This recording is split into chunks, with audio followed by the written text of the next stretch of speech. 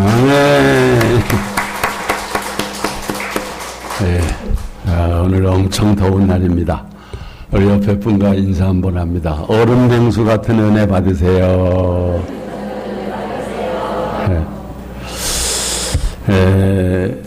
교회의 신뢰도가 자꾸 떨어져서 걱정입니다.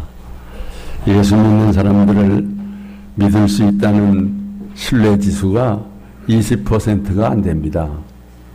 기독교인들 80%를 못 믿겠다는 겁니다.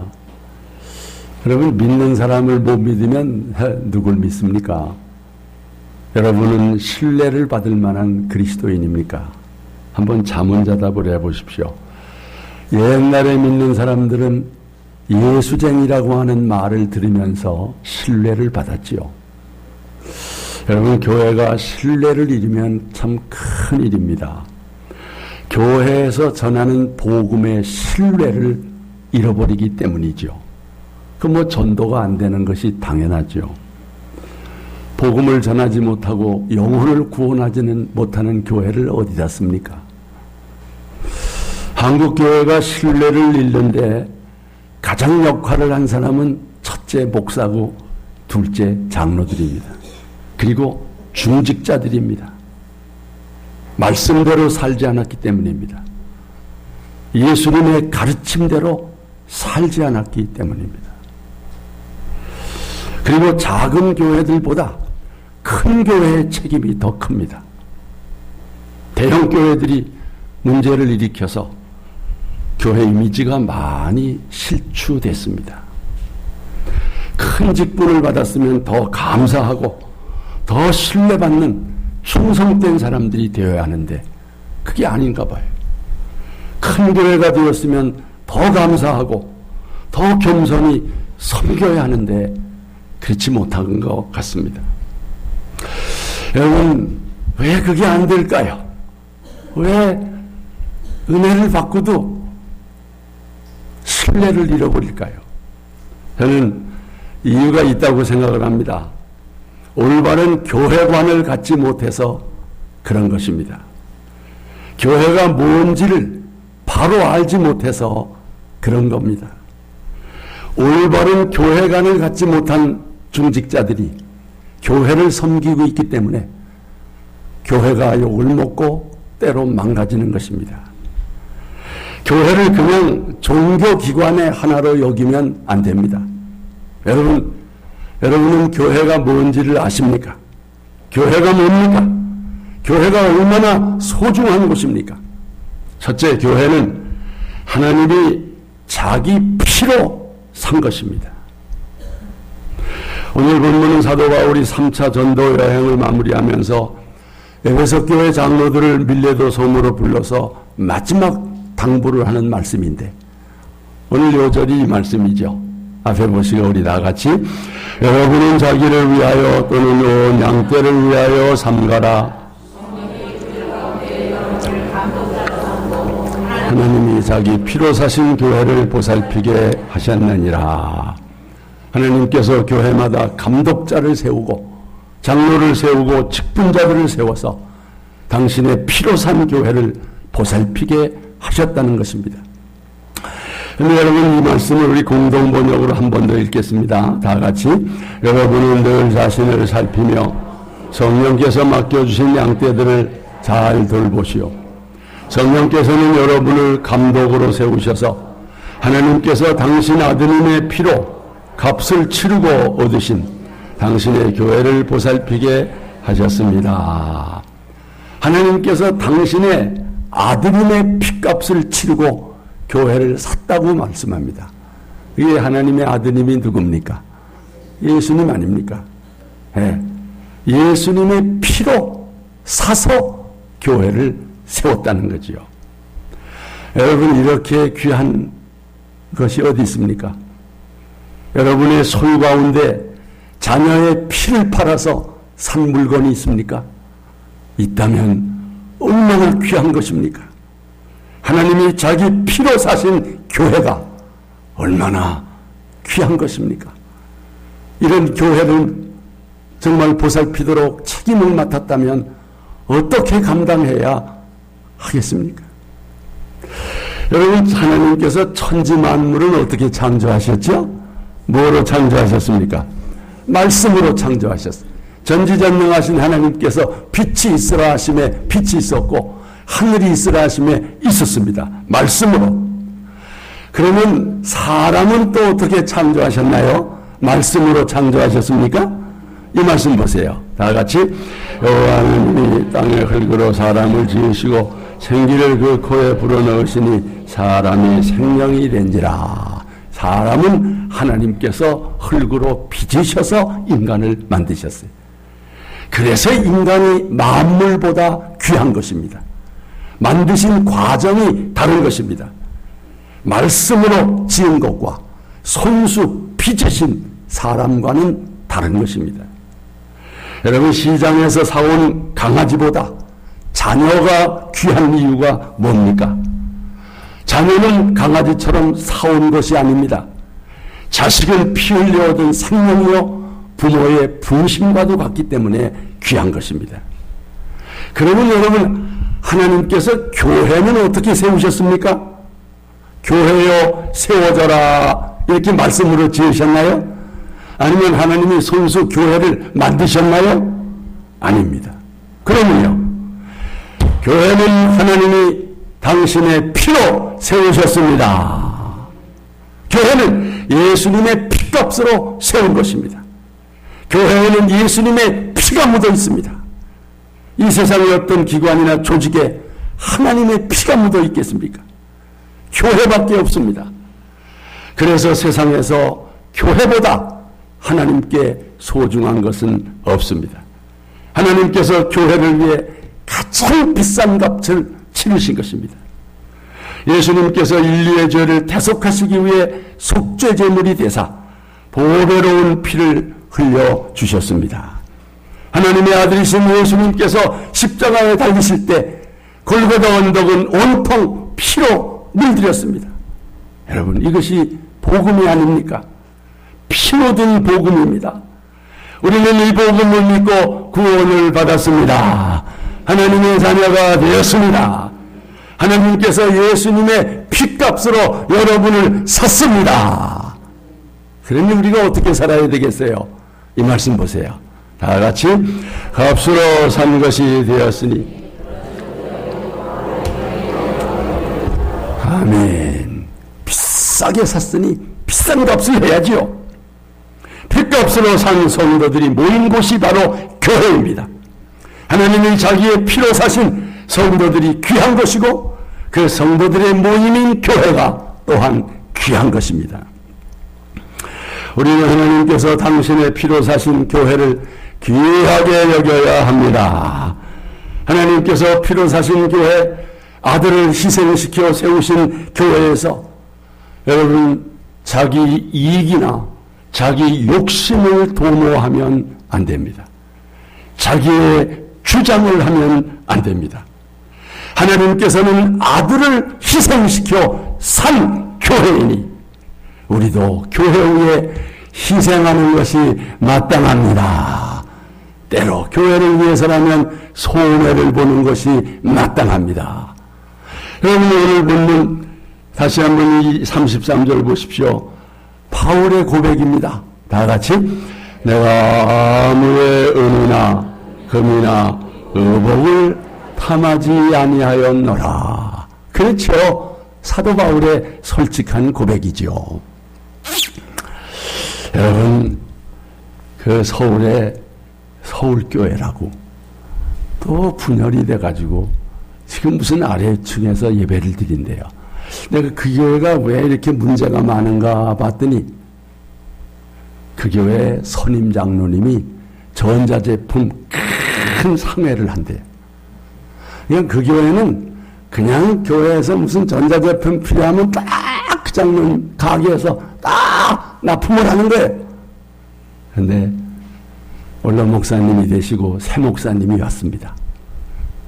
교회에 무슨 에어컨 같은 거 필요하는데 청구서가 올라온 거 보니까 그냥 그 장로님네 가게 물건이 올라왔대요.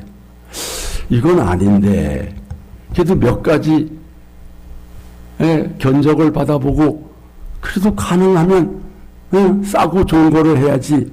그래서 이건 안 됩니다. 여러분, 근데 그것이 영문을 건드린 것이 됐습니다. 손임 장로님이 허허 이거 봐라. 그때부터 문제가 일어난 거예요. 지금까지 자기가 교회를 좌지우지하고 해왔는데 이제는 새파란 목사가 나오니까 용납을 안 하는 거예요. 그때부터 이런저런 문제가 돼가지고 큰 싸움이 벌어지게 되었다는 거예요. 여러분, 교회를 섬기는 사람이 그런 태도를 가지면 되겠습니까? 교회를 어떻게 자기 이익을 위한 수단으로 삼아서야 되겠습니까? 여러분, 분명 사도 바울은 나는 지금까지 교회를 섬기면서 어떤 은혜나 금이나 의복을 탐하지 아니하여 하나님께서는 당신의 피로 산 교회를 그런 거 가지고 교회에서 싸워서야 되겠느냐. 사랑하는 성도 여러분, 하나님이 자기의 피로 산 교회를 위해서 우리가 희생하며 교회를 잘 섬길 수 있기를 주님의 이름으로 축원합니다. 교회가 뭡니까? 교회는 예수 그리스도의 분신입니다.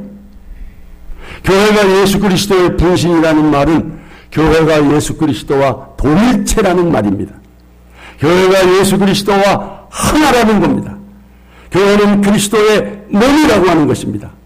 여러분, 박해자 사울이 이 사실을 알고 깜짝 놀랐습니다.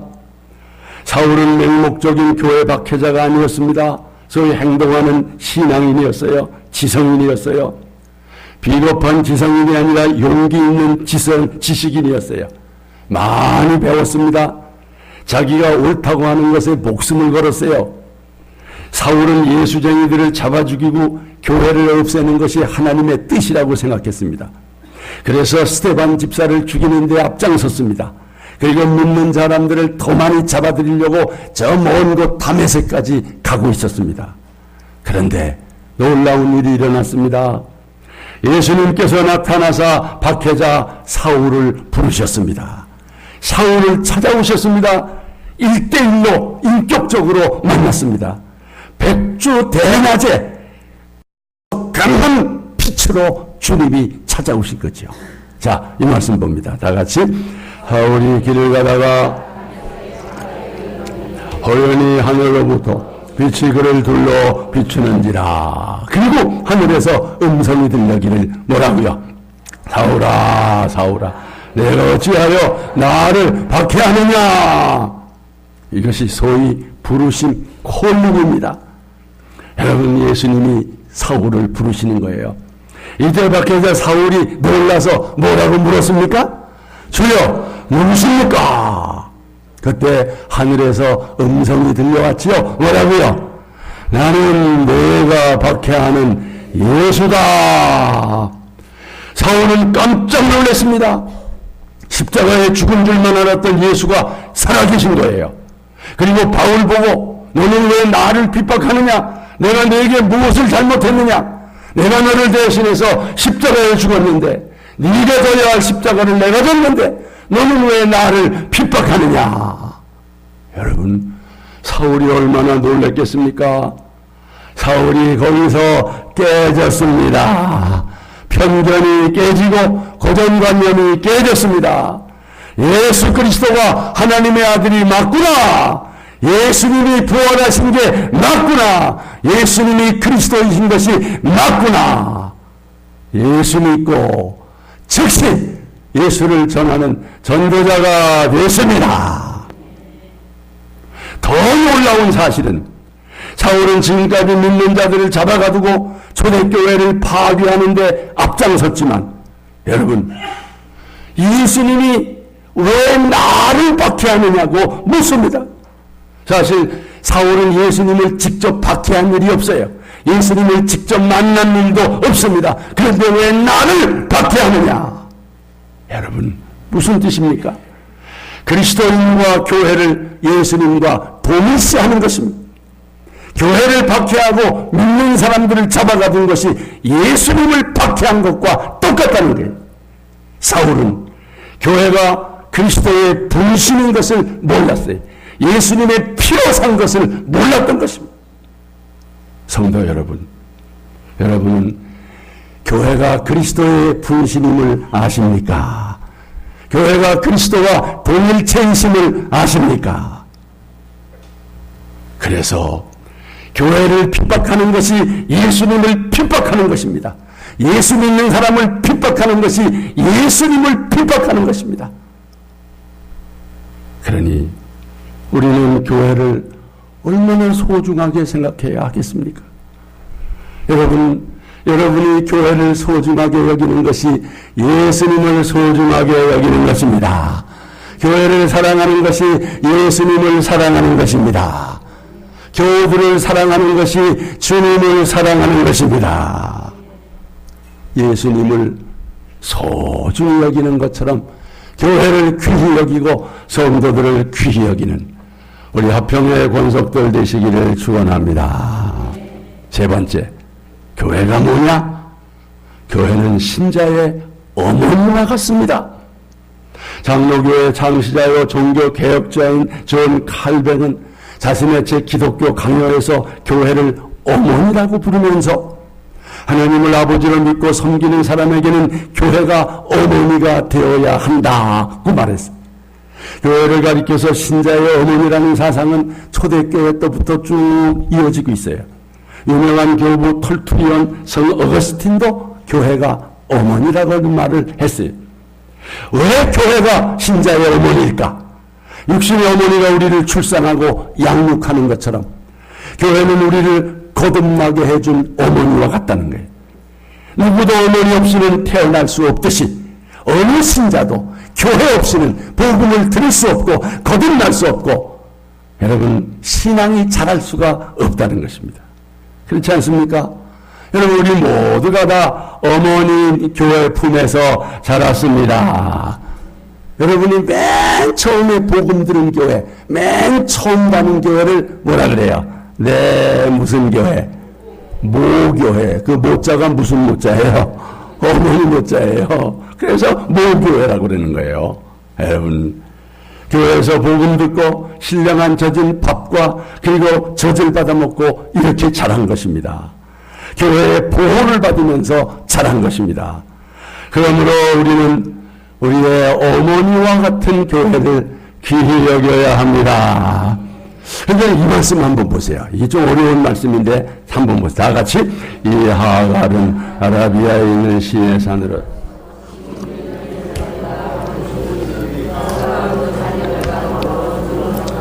오직 위에 있는 예루살렘은 자유자니 곧 우리 어머니라.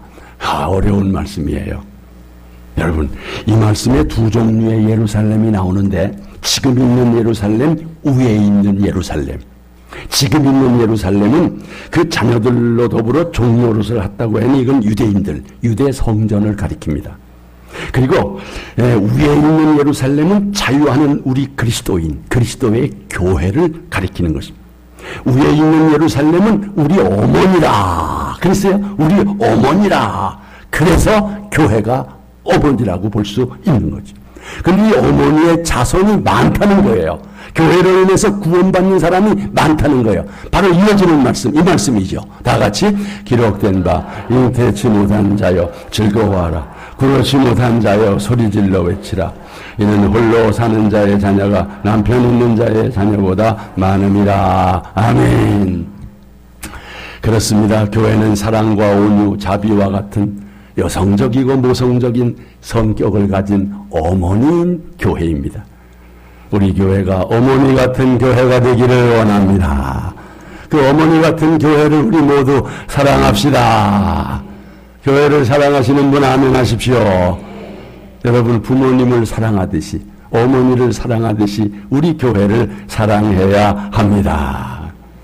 우리가 어릴 때는 어머니의 도움을 받았지만 장성한 후에는 우리 늙으신 부모님을 돌봐드려야 하지 않습니까? 우리가 어린 신자였을 때는 교회의 사랑과 보살핌을 받아서 자랐지만은 그러나 성장해서는 늙으신 부모님을 섬기듯이 어머님 교회를 섬겨야 합니다. 특히 어머님이 편치 않을 때는 더 정성을 가져야 돼요. 여러분, 지금 어머님 교회가 편치 않대요. 어렵대요. 힘들대요. 연약해지대요. 때로는 손가락질을 받고 있대요. 그렇지라도 우리 그리스도인들은, 교회는 우리의 어머니다.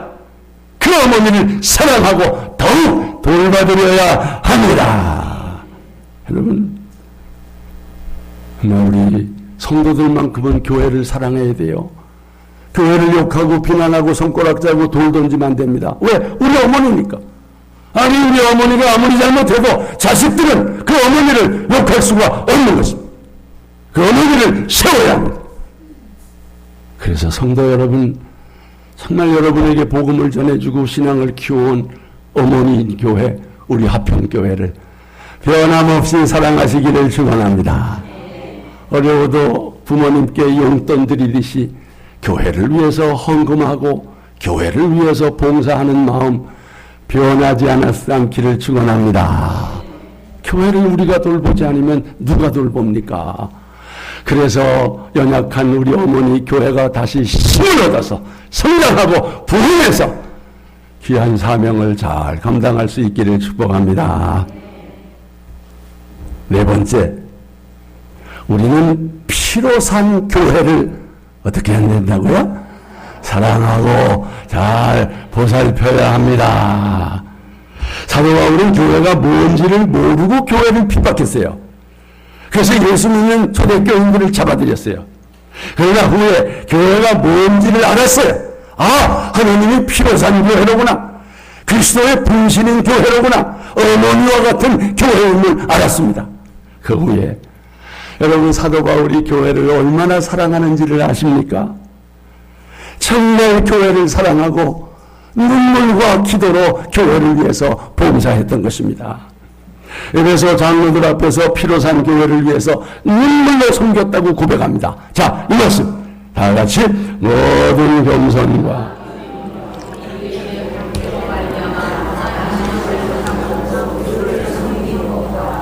에베소 교회 장로들에게 또 당신들도 눈물로 교회를 섬기시오. 자, 이 말씀입니다. 여러분이 일깨어 내가 3년이나 밤낮 쉬지 않고 눈물로 각 사람을 훈계하던 것을 기억하고, 자, 여러분들도 눈물로 교회를 섬기시오. 사도 바울은 사랑의 눈물로, 수고의 눈물로, 희생의 눈물로, 인내의 눈물로 교회를 섬겼습니다. 피로 산 교회를 섬기는데 눈물의 봉사는 꼭 필요한 것입니다. 에베소 교회 장로들에게 피로 산 교회를 잘 보살피는 것이 중직자의 책임이라고 강조합니다. 자, 이 말씀 다시 봅니다. 여러분은 자기를 위하여 또는 온 양떼를 위하여 삼가라. 성령이 그들 가운데 여러분을 감독자로 삼고 하나님이 자기 피로 사신 교회를 보살피게 하셨느니라. 여러분, 하나님의 교회를 우리 모두 잘 보살펴야 합니다. 사도 바울은 소아시아와 유럽에 많은 교회를 세웠습니다. 예. 그런데 그 교회에 대하여 어떤 권리 주장도 하지 않았던 것입니다. 당연한 권리조차도 바울은 포기했습니다. 얼마나 교회를 사랑했으면. 여러분, 고린도전서 9장 5절 이하에 고린도 교회에 이런 말을 했어요. 잘 들어보세요. 다른 사도들과 주님의 형제들과 베드로처럼 나도 아내를 데리고 다닐 권리가 없겠는가? 사도 바울 결혼해서 아내 데리고 전도하러 다닐 권리 있습니까? 없습니까? 있습니다. 포기했습니다. 어찌 나와 바나바에게만 일하지 않고 먹을 권리가 없겠는가? 있습니까? 없습니까? 있습니다. 그럼에도 자급자족했습니다. 자기 비용으로 군대 생활을 할 사람이 어디 있는가? 여러분, 그거 없잖아요. 그러나 바울은 그렇게 했습니다. 포도원을 만들고 포도를 먹지 않을 사람이 누구인가? 양을 기르는 사람치고 그 젖을 먹지 않을 사람이 누구인가? 당연히 먹을 수 있는 겁니다. 그런데 사도 바울은 이런 권리를 쓰지 않았다는 거예요. 왜요? 이유가 무엇입니까? 이 말씀입니다. 다 같이 다른 이들도 너희에게 이런 권리를 가졌거든 하물며 우리 일까 보냐? 그러나 우리가 이 권리를 쓰지 아니하고 범사에 참는 것은 그리스도의 복음에 아무 장애가 없게 하려 함이로다. 아멘. 야, 복음 전도에 장애가 될까봐 여러분 이런 희생이 있었던 것입니다. 또 한 가지 바울이 이런 권리를 쓰지 않는 이유가 바로 이 말씀이에요. 다 같이. 그런 그 외상이 무엇이냐? 내가 복음을 전할 때에 값없이 전하고 복음으로 말미암아 내 권리를 다 쓰지 아니하는 이것이로다. 무엇 때문입니까? 주님 앞에 가서 상 받으려고. 세상에서 상 다 받으면 상이 없거든. 마땅한 권리를 포기하고 교회를 섬긴 그 바울에게 주님은 아시고 그날에 상 주실 것을 믿습니다. 그런 믿음이 있어요. 성도 여러분, 여러분은 교회를 어떻게 섬기고 계십니까? 혹시 교회에서 권리 주장을 하십니까? 아예 의무는 하되 권리 주장은 하지 마십시오. 그래야 교회가 평안합니다. 복음 전도에 집중할 수 있습니다. 그런 사람들 주님께서 상 주심을 믿으시기를 바랍니다. 저도 무엇을 주장하거나 요구하지 않으리라 그런 생각을 늘 가졌어요. 제가 사도 바울만큼 교회를 사랑하지는 못했을지라도 누구보다도 저는 교회를 사랑합니다. 우리 화평교회를 사랑합니다. 뿐만 아니라 이웃교회 다 교회는 우리가 사랑해야 마땅한 거예요. 제가 조기 은퇴를 결심한 저에게 늘 묻는 질문 중에 하나가 아니 목사님 건강한데 왜 그만두셔요? 제 답변은 하나입니다. 교회를 위해서입니다. 교회를 위해서입니다. 교회의 유익을 위해서입니다. 우리 교회 장로님이든 어느 신자든 저의 은퇴를 생각하거나 말한 분이 없습니다. 하지만 저는 우리 교회에 새로운 엔진 동력이 필요하다는 것을 느꼈습니다. 젊은 리더십을 통해서 교회를 더욱 건강한 교회로 만들어야 되겠다는 생각을 했습니다.